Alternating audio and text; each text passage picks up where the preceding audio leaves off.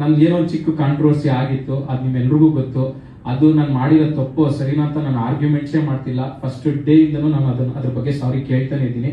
ಆದ್ರೂ ಕೂಡ ಅದನ್ನ ಏನು ಕಂಟಿನ್ಯೂ ಮಾಡ್ತಾ ಇದಾರೆ ಅಂತ ನಂಗೆ ಗೊತ್ತಿಲ್ಲ. ಲಾಸ್ಟ್ ಪ್ರೆಸ್ ಮೀಟ್ ಆದಾಗ್ಲೂ ಕೂಡ ಒಂದು ವಿಡಿಯೋನ ಒಂದು ಚಾನಲ್ ಅಲ್ಲಿ, ರೆಪ್ಯೂಟೆಡ್ ಚಾನಲ್, ಜಸ್ಟ್ ಹಾಕಿದ್ದು 2 ಮಿನಿಟ್ಸ್ ಅಲ್ಲಿ ಅಪ್ಲೋಡ್ ಆಗಿದೆ ನನಗೆ ಲಿಂಕ್ ಬಂದಾಗ.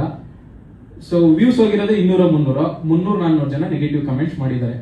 ಸುಧಾಕರ್ ಇವನ್ ಸಿನಿಮಾ ಬರ್ಲಿ, ಸೋಳೆ ಮಗನ್ ಸಿನಿಮಾ ಬರ್ಲಿ, ಇವನ್ ಅಮ್ಮನ ಇವನ್ ಬರ್ಲಿ, ಇವ್ನು ಹೆಂಗ್ ಬೆಳಿತಾನೆ ನೋಡ್ತೀವಿ ನಾವು ಅಂತ. ಸೊ ನನ್ಗೆ ಒಂದು ಅರ್ಥ ಆಗಿದ್ದೀನಿ ಅಂದ್ರೆ ಅದು ಪೇಯ್ಡ್ ಮಾರ್ಕೆಟಿಂಗ್ ಮಾಡಿಸಿರೋದು. ಯಾರು ಆಪೋಸಿಟ್ ಅವರು ಮಾರ್ಕೆಟಿಂಗ್ ಮಾಡಿಸಿರೋದು 100%.